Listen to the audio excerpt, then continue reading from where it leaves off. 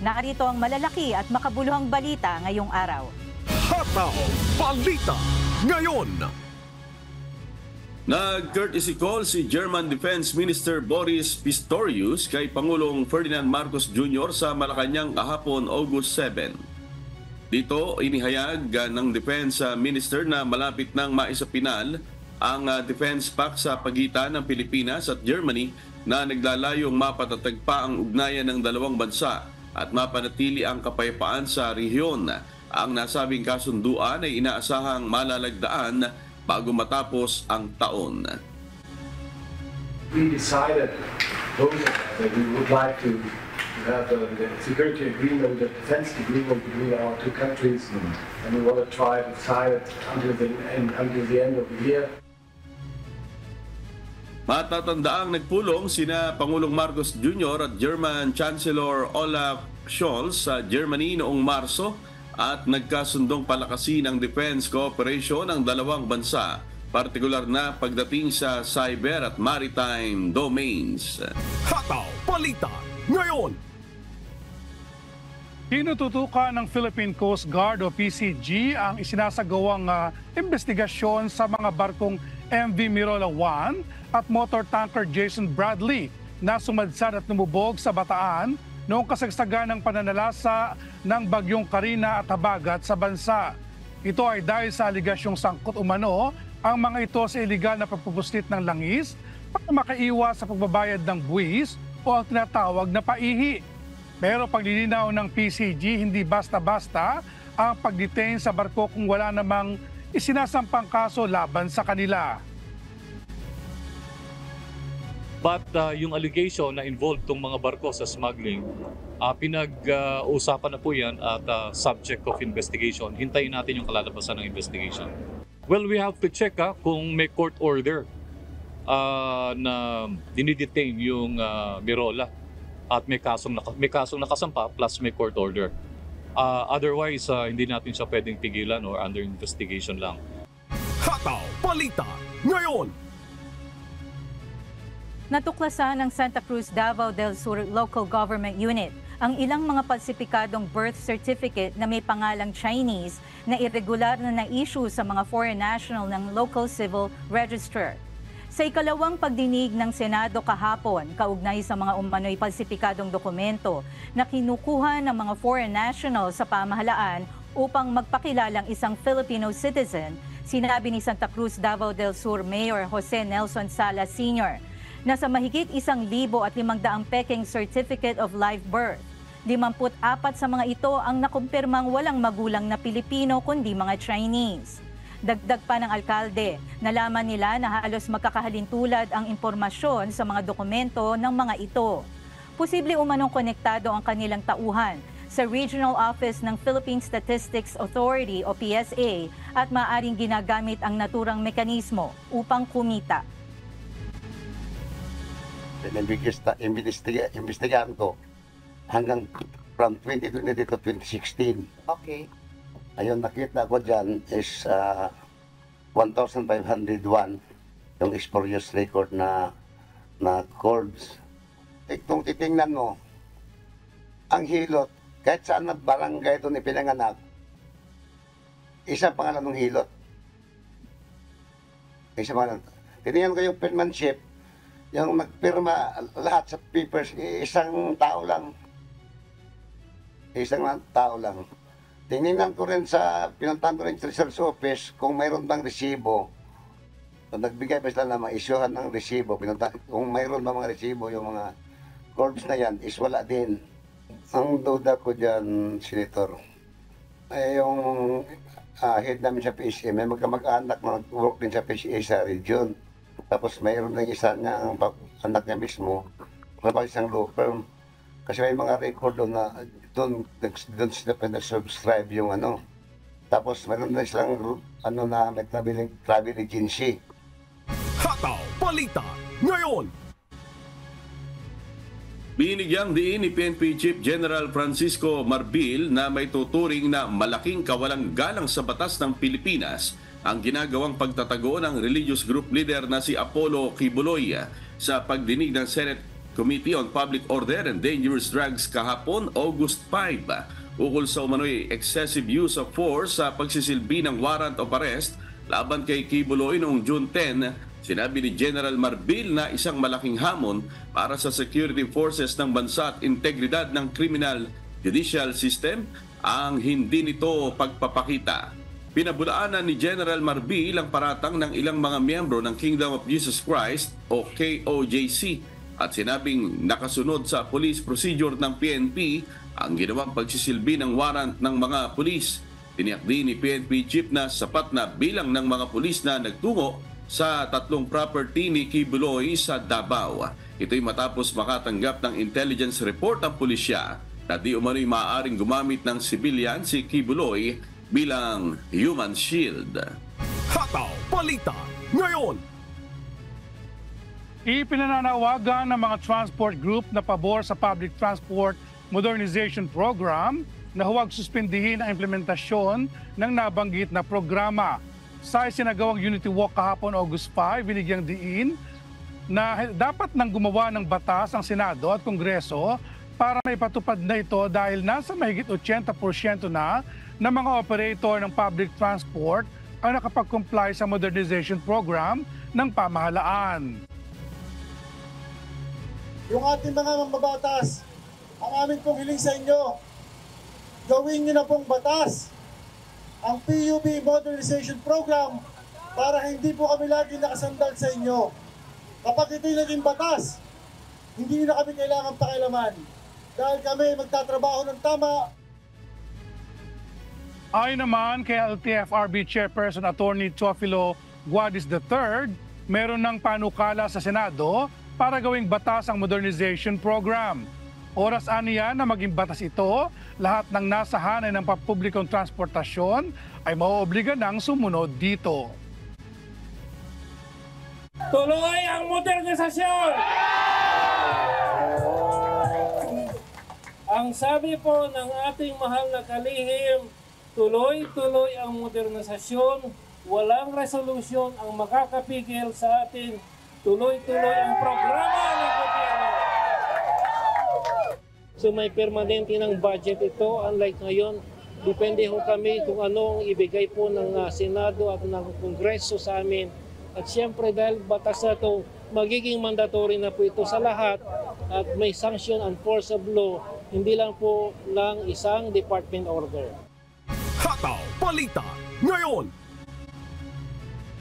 May good news po para sa mga motorista. Dahil epektibo na po simula ngayong araw na Martes, August 6, ang rollback sa presyo ng mga produktong petrolyo. Batay sa magkakahiwalay na abiso ng mga kumpanya ng langis, mababawasan ng 20 sentimos ang presyo ng kada litro ng diesel. Magkakaroon din ng tapyas sa presyo na 10 sentimos sa presyo naman ng kada litro ng gasolina. Ipatutupad naman ang rollback na 40 sentimos sa kada litro ng kerosene. Ayon sa industry players, bunsod pa rin ito ng pabago-bagong galaw sa presyo ng langis sa international market. Nakakaapekto rin ang nangyaring paghina ng ekonomiya ng ibang mga bansa na nagdulot ng pagbaba ng kanilang oil demand. Hataw Balita ngayon. Sa kabila ng magandang performance, kinapos pa rin ang world number 2 Pinoy pole vaulter na si EJ Obiana na makakuha ng medalya sa 2024 Paris Olympics. Ito'y matapos niyang hindi maklear ang 5.95 meter mark sa pangatlong pagkakataon sa men's pole vault finals pasado alas 3 ng madaling araw kanina, oras sa Pilipinas. Gayunman nagawa pa rin makuha ni Obiana ang pang-apat na pwesto para sa nabanggit na kompetisyon. Samantala, nakuha naman ni Lauren Hoffman ang 7th place sa Heat 3 ng Passage round ng women's 400-meter hurdles. Tuloy naman ang laban ni Jan Cabang Tolentino sa men's 110-meter hurdles na haharap sa repassage round mamayang alas 4:50 ng hapon, August 6, oras sa Pilipinas para tangkaing makakuha ng isa pang medalya para sa bansa.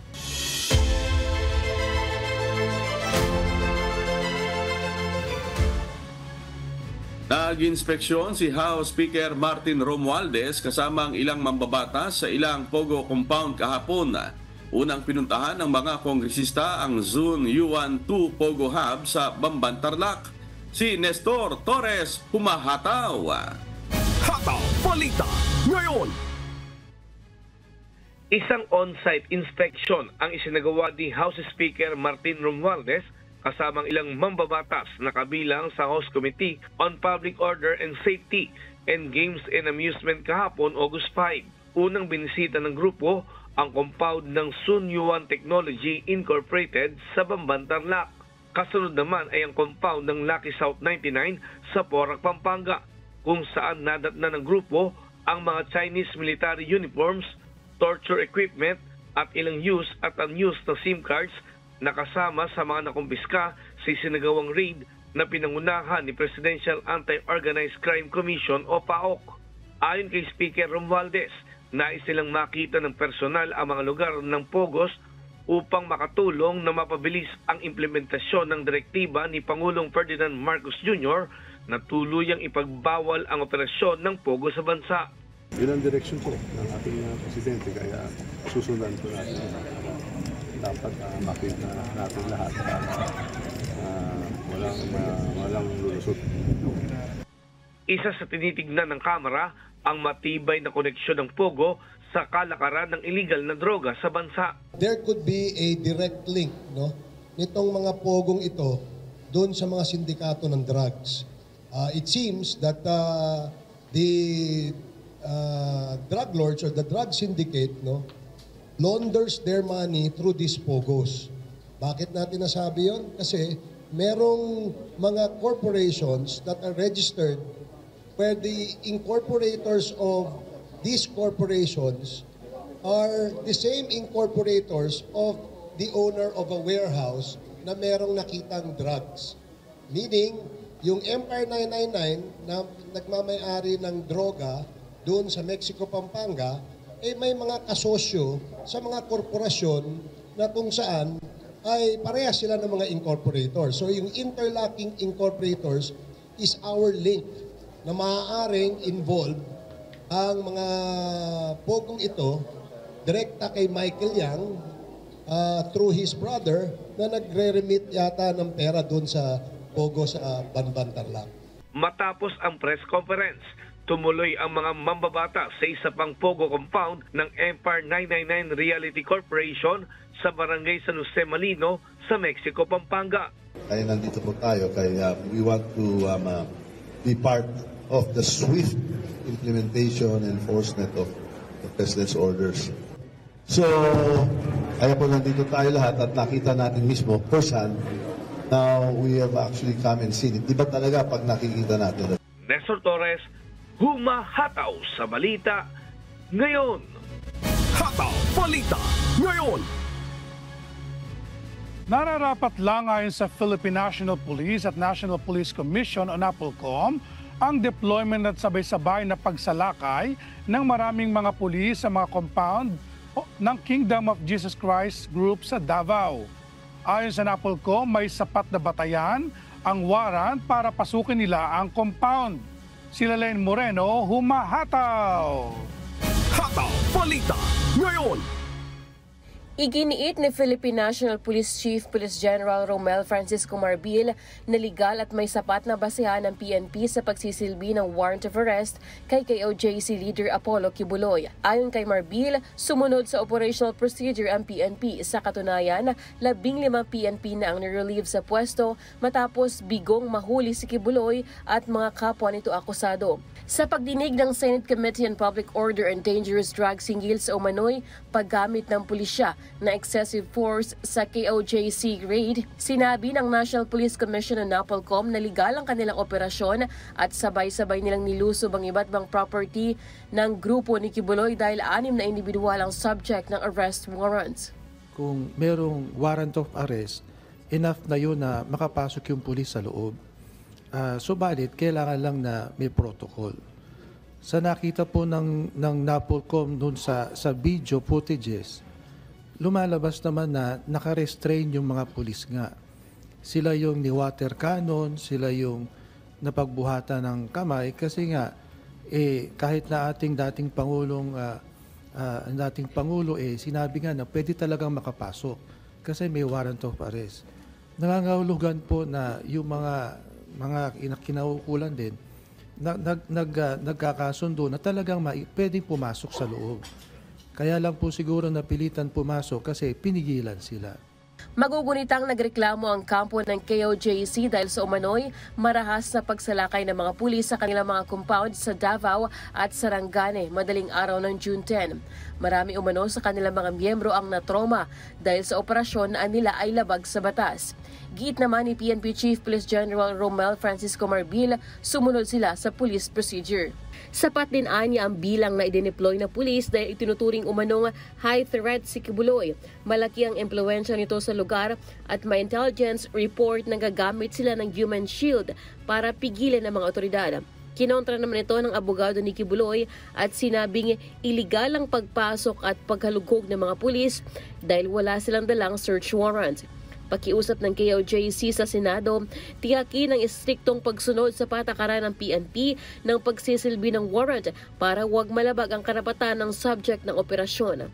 June 10, 2024 is considered as a day of infamy not only for the church members of the Kingdom of Jesus Christ, but for many innocent civilians who were brutalized, traumatized, and lost their loved ones to the callous personnel of PNP, SAF, CIDG, coming from 4 different regional operational groups who without proper justification, legal basis, nor adherence to due process, forcibly broke into their sacred places and homes, purportedly to serve warrants of arrest to Pastor ACQ Apollo C. Kibuloy and his co-accused. Kung kinakailangan nila mag-serve, please naman, follow the procedure of the law, the PNP operational guidelines na nakasaad po sa kanila mismo mga memorandum circular. Hinimok din ni Marbil si Kibuloy na sumuko sa mga otoridad at harapin ang kanyang kaso sa korte. Natalakay rin sa pagdinig kahapon ng presensya ng Regional Mobile Force na umano'y nagkakampo malapit sa KOJC compound. Inirereklamo ng kampo ni Kibuloy ang deployment ng heavily armed men na nagdudulot umano ng takot sa kanilang mga miyembro. Pero ayon sa Davao Police, kailangan ito para mahanap ang wanted na si Kibuloy at mga co-accused sa kaso. There is a wanted person in the premises of the compound. Nakita natin noong June 10, in-attempt nating i-serve ang warrant at hindi nga sir napasok talaga sir dahil talagang napakalaki ng resistance. And we're just very conscientious na bawasan lang ang possibility na makatakas sir. Samantala, kinwestiyon din ng abogado ni Kibuloy ang 10 million pesos na reward para kay Kibuloy at tig 1 milyong piso para sa 4 na kasamahan nito. Ayon sa KOJC, diskriminasyon umano ito. Tinapatan naman nila ang pabuya at nag-alok ng 20 million pesos para sa sinumang makapagbibigay ng detalye sa umano'y taong isinugo para hanapin at patayin ang kanilang lider. Sa August 20, muling itutuloy ang hearing ng komite at kasama sa pinadadalo si DILG Secretary Benher Abalos Jr. at mga police ground commanders na namuno sa raid. Lalaine Moreno, humahataw sa Balita Ngayon.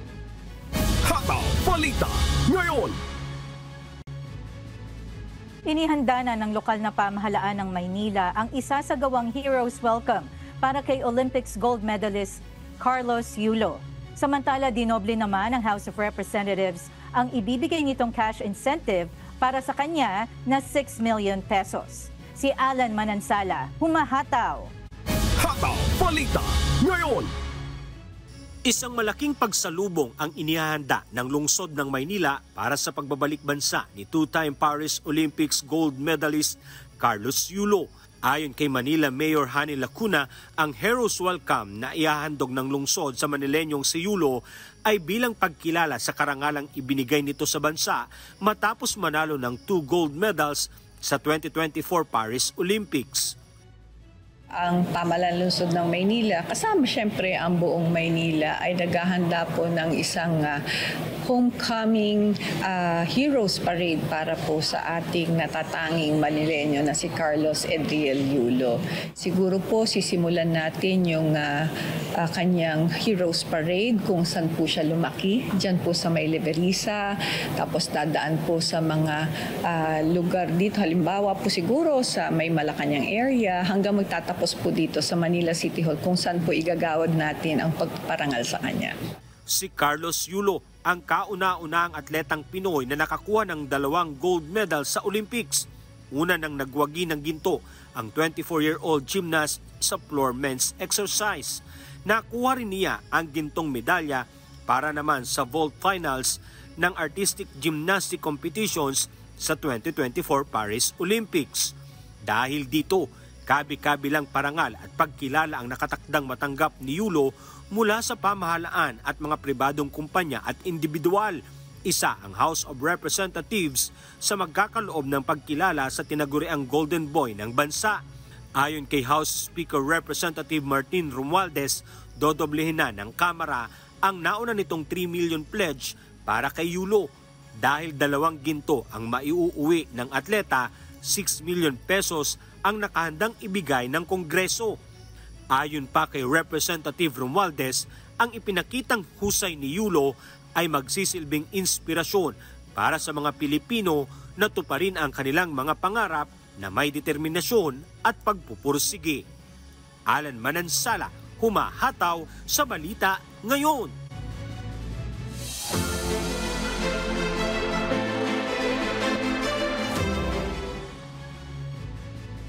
Kasabay ng pagdiriwang ng 455th founding anniversary ng probinsya ng Cebu, nagkaisang mga gobernador ng Visayas na pumirma sa isang manifesto bilang pagpapakita ng kanilang suporta sa Marcos administration.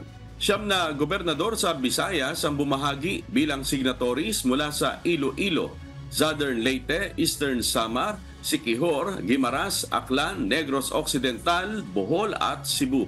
Lain umano ng naturang hakbang na ipakita ang buong pwersang suporta ng mga probinsya para suportahan ang National Development Initiatives at ang bagong Pilipinas sa pamumuno ni Pangulong Ferdinand Bongbong Marcos Jr.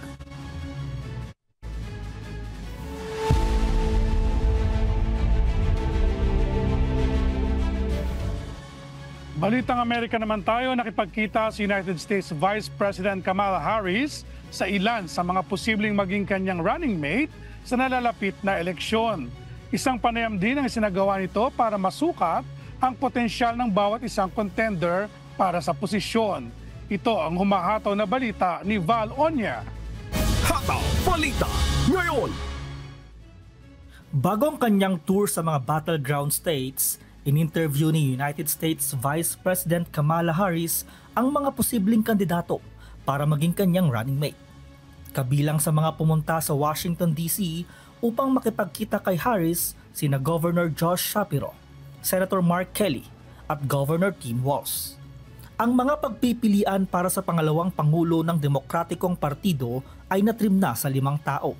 Isang desisyon ng kailangang gawin bago ang Democratic National Convention na magsisimula sa Agosto 19 sa Chicago.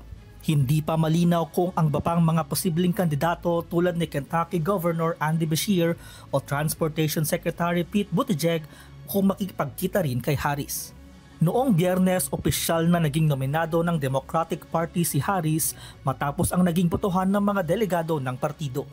Sa oras na maanunsyo ang kaniyang running mate, inaasahang magtutungo si Harris at ang kanyang kapareha sa mga battleground states.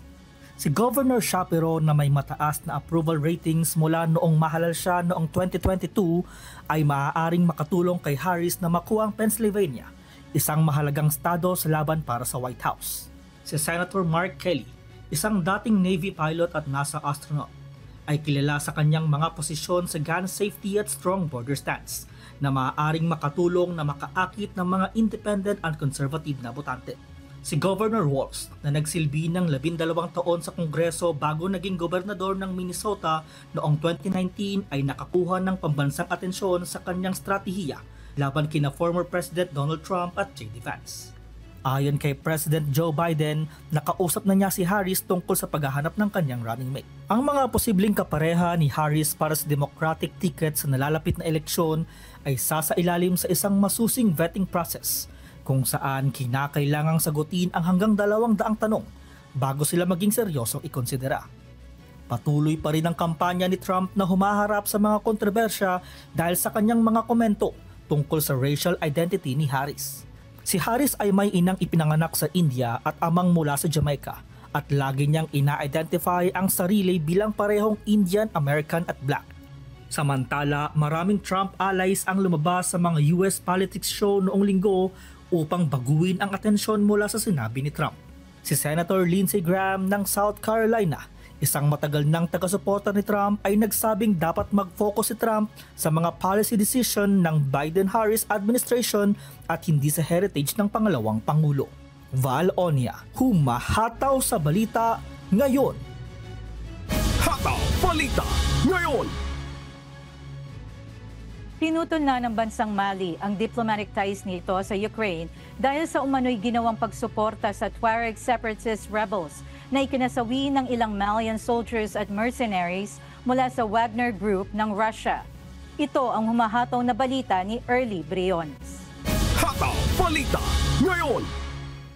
Pinutol na ng bansang Mali ang diplomatic ties nito sa Ukraine pagkatapos lumabas ang pahayag ng isang tagapagsalita ng Ukrainian Intelligence Agency na ang kanilang bansa ay nagbigay ng impormasyon sa mga rebelding grupo na labanan ang Malian soldiers at Wagner mercenary group ng Russia noong nakaraang buwan. Ayon sa mga ulat, inambush ng mga rebelding Tuareg at mga fighter mula sa mga kaalyado ng Al-Qaeda na Jama'a at Nusrat al-Islam wal Muslimin ang mga sundalo ng Mali at Russian forces habang naghihintay ito ng reinforcement noong July 25. Nangyari ang sagupaan sa pagitan ng mga nasabing grupo sa disyerto malapit sa Tenzawatan, hilagang silangang bayan sa border ng Algeria, na kung saan 12 dosenang sundalo ng Mali at mercenaries mula sa Wagner Group ang nasawi. Sa pahayag noong isang linggo ni Andrei Yusov, spokesperson ng Military Intelligence Agency, sinabi nito na nabigyan nila na ang mga Tuareg rebels ng mga kinakailangang impormasyon upang isagawa ang nasabing pag-atake. Dahil dito, inakusahan ni Colonel Abdoulaye Maiga, isang nangungunang opisyal ng bansang Mali, ang Ukraine ng paglabag nito sa soberenya ng Mali dahil kung kaya't pinutol agad nito ang relasyon sa Ukraine. Early Briones, humahataw sa balita ngayon. Hataw Balita Ngayon.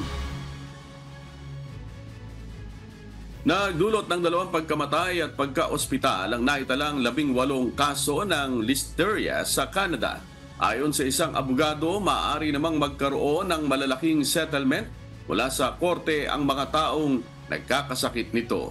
Ito ang humahataw na balita ni Erica Luzong. Hataw Balita Ngayon.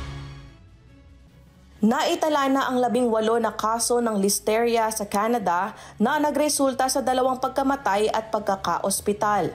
Itinuro ng mga opisyal ng kalusugan ang mga inuming plant-based na kontaminado ng listeria. Hindi umano maganda sa anumang anyo ang listeria, kaya kung may magiging pangmatagalang epekto ito o magresulta sa kamatayan, ang kompensasyon ay maaaring umabot sa $100,000. Inireklamo ng Canadian Food Inspection Agency o CFIA ang Silk at Great Value brand ng oat, almond at coconut milk beverages dahil sa alalahanin sa listeria noong July 8. Bukod sa 2 pagkamatay, 33 tao ang naospital hanggang July 30. Mayroong 12 kaso sa Ontario, 4 sa Quebec at 1 bawat isa sa Alberta at Nova Scotia. Ayon sa personal injury lawyer na si Michael Smithyuk, ang mga danyos ay maaaring malaki depende sa naging sakit o kung may namatay. Sinabi ng mga eksperto sa kalusugan na ang listeria ay maaaring magdulot ng sakit hanggang 2 buwan matapos ang pagkain. Sinasabi ng Public Health Agency of Canada na maaaring magkaroon ng pagsusuka, pagduduwal, matagalang lagnat, pananakit ng kalamnan, matinding sakit ng ulo at pananakit ng leeg. Ang mga buntis na na-infect ng listeria ay maaaring magkaroon lamang ng mild na sintomas, ngunit maaaring magdulot ito ng maagang panganganak. Karamihan ng mga may mild na sintomas ay hindi nangangailangan ng treatment, ngunit ang mga mas malalang impeksyon ay maaaring gamutin ng antibiotics. Erica Luzong, humahataw sa Balita Ngayon.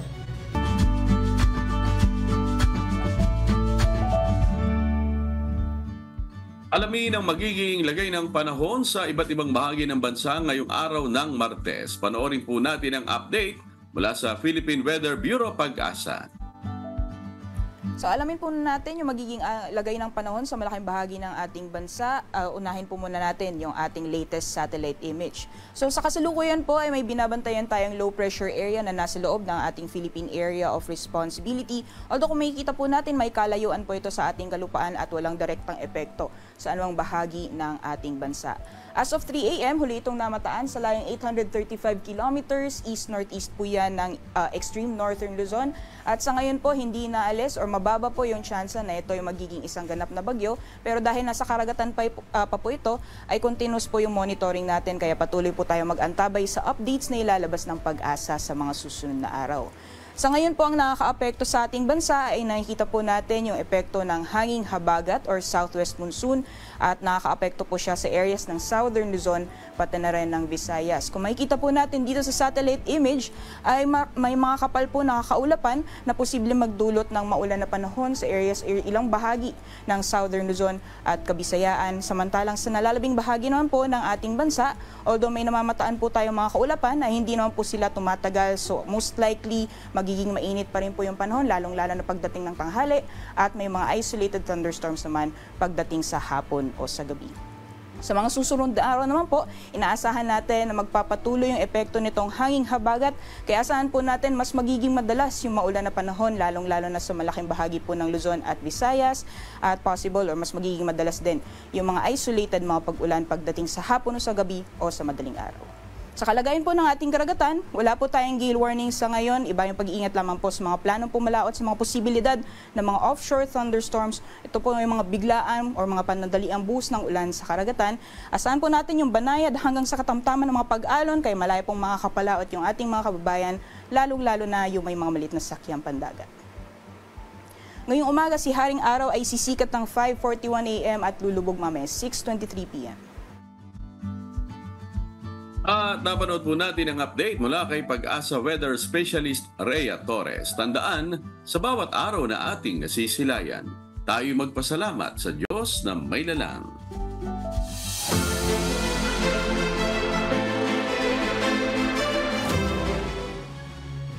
Mas paigtingin ng Philippine National Police o PNP ang seguridad sa mga karagatan sakop ng bayan ng Vinson sa Camarines Norte. Si Brian Baldarahe humahataw. Hataw Balita Ngayon. Sa layuning mapalakas pa ang seguridad sa mga karagatang sakop ng probinsya, inilunsad kamakalawa August 4 ng Philippine National Police sa bayan ng Vinson, Camarines Norte ang Project Coastal o Kapulisan at Organisadong Pamayanan sama-sama upang terorismo at kriminalidad ay labanan.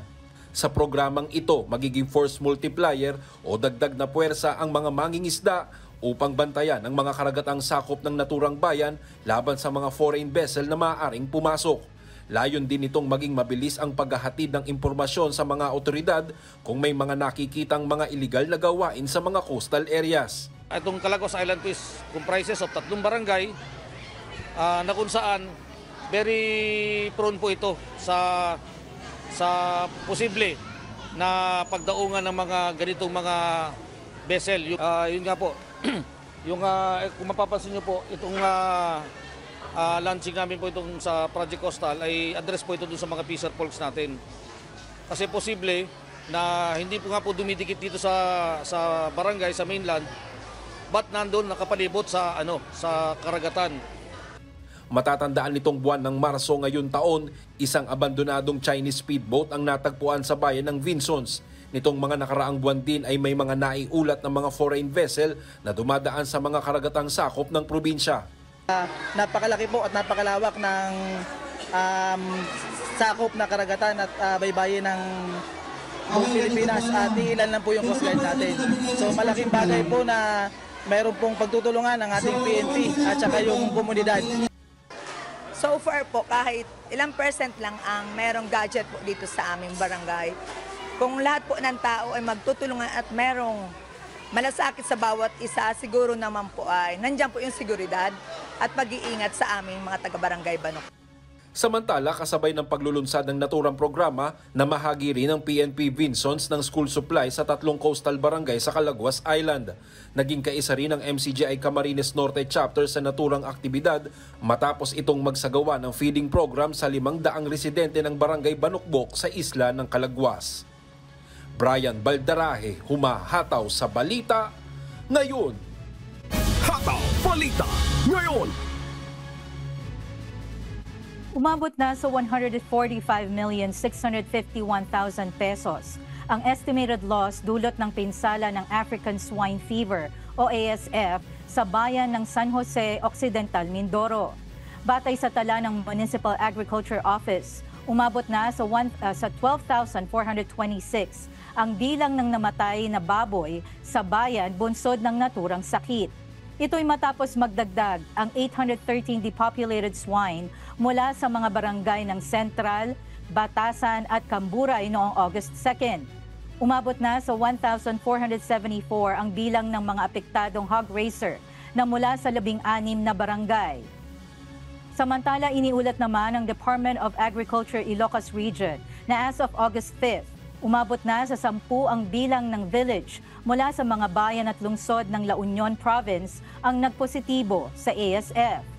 Sa isang pahayag, sinabi ni Dr. Alfiero Banaag, DA Ilocos Regulatory Division Chief and ASF Focal Person, na nagpapatuloy ang isinasagawang pagbabantay sa mga kaso sa nabanggit na mga lugar para mapigilan ang pagkalat ng sakit. Nananatili namang umanong sapat ang supply ng baboy sa rehiyon, ngunit posible umanong makakaapekto ang sitwasyon sa presyo nito sa merkado. Hataw Balita ngayon.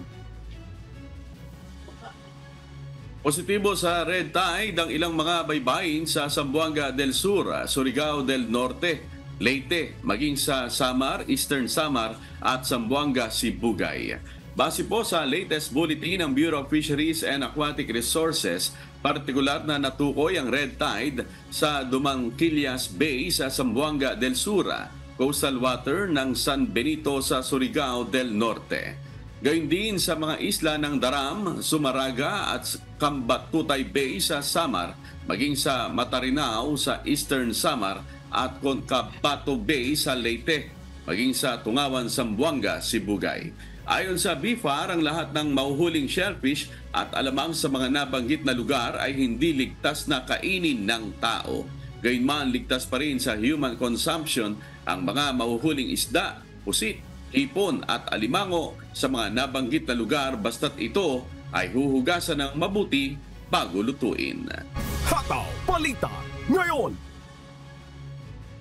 Hindi naging hadlang para sa mga grupo ng kabataan ang malayong lakarin paakyat ng bundok para makapagsagawa ng isang tree planting activity sa Pasig City, Iloilo. Si Ere Pedragosa, humahataw. Hataw Balita ngayon. 2 kilometrong lakarin paakyat ng bundok, malayo at nakakapagod. Pero para sa mga kabataang may pagmamahal sa kalikasan, magandang pagkakataon ito para makabahagi sa isang tree planting activity. Katuwang ang Kabataan Kontra Droga at Terorismo o KKDAT Youth Organization, LGBTQIA+ community at iba pang youth organizations kabilang na ang members Church of God International o MCGI Youth ang nagtulong-tulong sa pagtatanim ng nasa 700 puno sa kabundukan ng Pasig City, Iloilo. So buong generation ang mga kabataan naton nakita man naton wala na nakita nila ang importance ng aton nga environmental action. So kami as youth kinahanglan namon nga i-admire sila to be part of solution. Kinahanglan naton ipakita, ipahadhag sa mga kabataan nga may mahimo kita because we are youth. Tumulong din sa tree planting ang Philippine National Police at Army, mga kawani ng Disaster Risk Reduction and Management Office at Environment and Natural Resources Office at iba pang mga ahensya ng Pasay City, Iloilo Local Government. Sa mga kabataan nga nag-intrade, mali tanin sumidyak na dapat sa uring henerasyon, malumluman na nga, kemudian nagtanong kami kahoy, kami tamnan ka mga kamalaman namon para makita mo na nga, hindi lang galit kita nga magutod, hindi lang kita magpanguring, para hanggang na may benepisyo nga kahit matao ka natin. Layo ng inisyatibong ito ang humikayat sa bawat isa, lalo na ang mga kabataan na pangalagaan ang kalikasan. Mahirap man, pero pagdating mo sa taas at makikita mo ang kabataan nagtatanim, asaya sa pakiramdam. Tunay na nakakapagod ang maglakad ng malayo at magbungkal ng lupa. Pero para sa mga kabataang katulad nila, pagod man ay masaya pa rin sa paggawa ng mabuti. Ira Pedregosa, humahataw sa balita ngayon.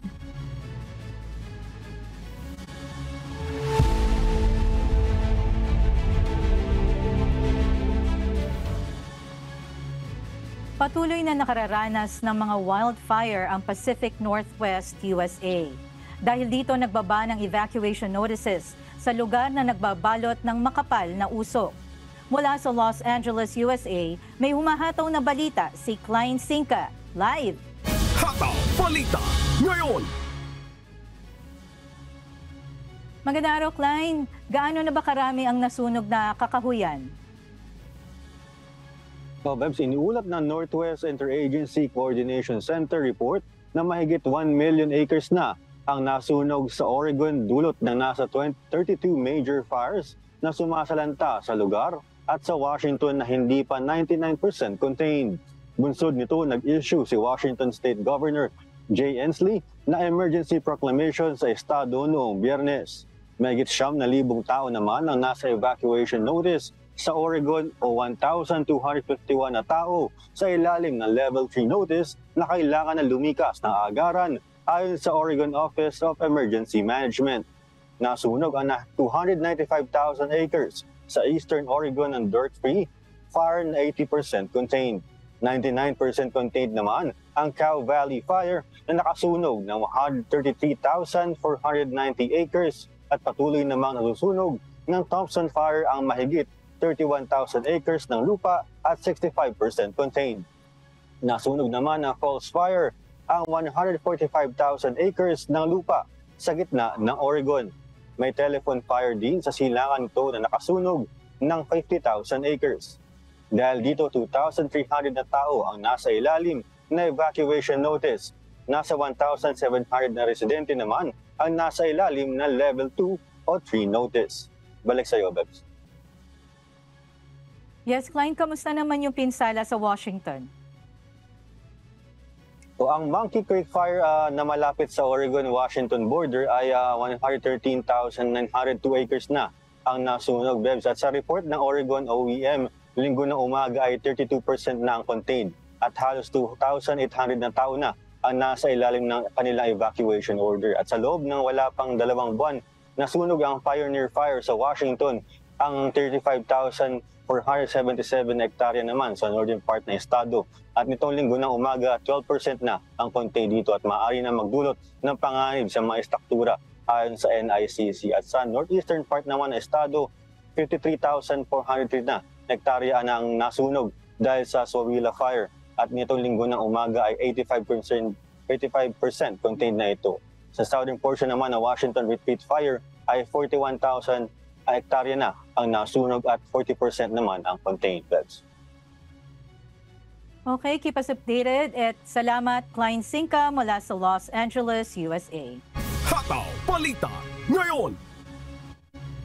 Umabot sa mahigit 150 na residente ang nasawi sa nangyaring landslide at malawakang pagbaha sa South China.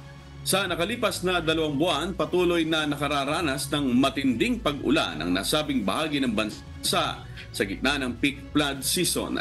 Itong humahataw na balita ni Chris Aguado. Hataw Balita ngayon. Nakapagtala na ng mahigit sa 150 na individual na nasawi sa South China dahil sa mga pagguho ng lupa at matinding mga pagbaha nitong nakaraang 2 buwan habang patuloy ang malakas na bagyo sa rehiyon. Batay sa datos ng mga otoridad, isang baha at pagguho ng putik noong Sabado sa isang bulubunduking lugar ng Tibet sa lalawigan ng Sichuan ang kumitil sa 8 tao habang 19 naman ng iba pa ang hindi pa rin nakikilala. Sumira rin ng mga tahanan ang sakuna kung saan hindi bababa sa 6 na tao ang nasawi sa nayon ng Ridi. 2 pang individual ang namatay at 8 namang nawawala matapos gumuho ang tulay sa pagitan ng 2 tunnel at bumagsak ang 4 na sasakyan. Nasa peak season ng pagbaha na ang China mula sa kalagitnaan ng Hulyo hanggang kalagitnaan ng Agosto. Patuloy naman na nagbibigay ng babala ang national government nito upang maging handa sa sakuna habang nagiging mas karaniwan ang masamang panahon. Inaasahan naman ang matinding pag-ulan at init sa bansa matapos magkaroon ng ilang nakamamatay na bagyo mula noong Hunyo. Hindi bababa sa 48 na residente sa lalawigan ng Hunan ang nasawi noong mga araw ng matinding pag-ulan dulot ng epekto ng bagyong Gaini na humina at naging tropical na bagyo matapos maglandfall sa China. Mga 10 araw na ang nakararaan. Nag-iwan din ito ng 35 iba pa na nawawala noong nakaraang linggo. Noong Biyernes, sinabi ng mga otoridad na ang bilang ng mga nasawi mula sa isang naunang bagyo noong Hulyo na nagpatumba sa isang bahagi ng tulay sa lalawigan ng Shanxi sa kalagitnaan ng gabi ay umabot na sa 38 na individual na may 24 pang nawawala. Hindi bababa sa 25 ng mga kotse ang nahulog sa lumalagasang ilog at ilan sa mga ito ay inagos sa malayong bahagi ng lugar. Chris Aguado, humahataw sa balita ngayon.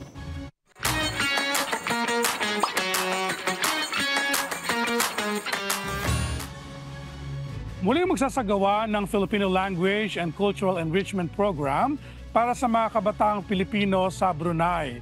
Magkakaroon naman ng film screening sa Sydney, Australia bilang pagdiriwang ng National Language Month. Ito ang humahataw na balita ni Lynn Perez. Hataw Balita ngayon! What's up, kabayan?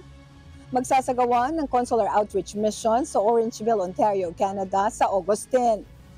Maaring mag-book ng appointment para sa passport services sa passport.gov.ph at hanapin lamang ang PCG Toronto Outreach in Orangeville, Ontario. Para naman sa iba pang consular services gaya ng civil registry, dual citizenship at notarial services, maaari naman kayong mag-book ng inyong appointment sa pamamagitan ng pag-email sa consularmatters@philcongens-toronto.com. Para naman sa iba pang impormasyon, bumisita lamang sa official Facebook page ng Philippine Consulate sa Toronto sa facebook.com/PH in Toronto. Naglabas naman ng holiday closure advisory ang Philippine Embassy sa Spain. Sarado ang pasuguan sa August 9, 15, 21 at 26. Maaari namang tumawag sa Embassy Hotline sa 616-491-1861 kung may emergency. Inaanyayahan naman ng mga kabataan at magulang ng mga kabataang may edad 5 hanggang 18 na mag-register sa Filipino Language and Culture Enrichment Program 2024. Magkakaroon dito ng Filipino language classes, field trips at iba pang activities. Limitado lamang sa 25 students per level ang tatanggapin kaya't mag-register na sa tinyurl.com/FLCEP 2024. Magsisimula ang klase sa August 12 at matatapos sa August 17. Iniimbitahan naman ng mga kababayan natin sa Sydney, Australia sa isang film screening bilang pagdiriwang ng National Language Month. Itatampok ang pelikulang Sonata na maaaring mapanood sa August 31, alas 9:30 hanggang alas 12 ng tanghali. Sa mga interesadong manood, mag-register lamang sa tinyurl.com/phfilm2024 upang makatanggap ng detalye sa inyong email. Lynn Perez, sumahataw sa balita ngayon.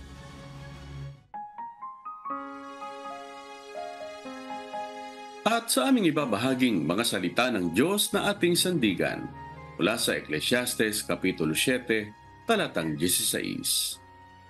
Huwag kang lubhang magpakamatwid, ni huwag ka bang lubhang magpakapantas. Bakit sisirain mo ang iyong sarili?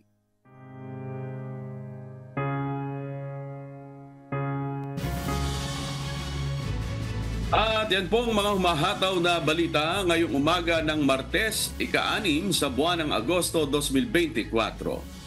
Sa ngalan po ng lahat ng bumubuo ng UNTV News and Rescue, UNTV Radyo Libertad 1350 at ng ating mga correspondent mula Luzon, Visayas at Mindanao. Mula po rito sa Pilipinas, ako po inyong amigo Sherwin Kulubong.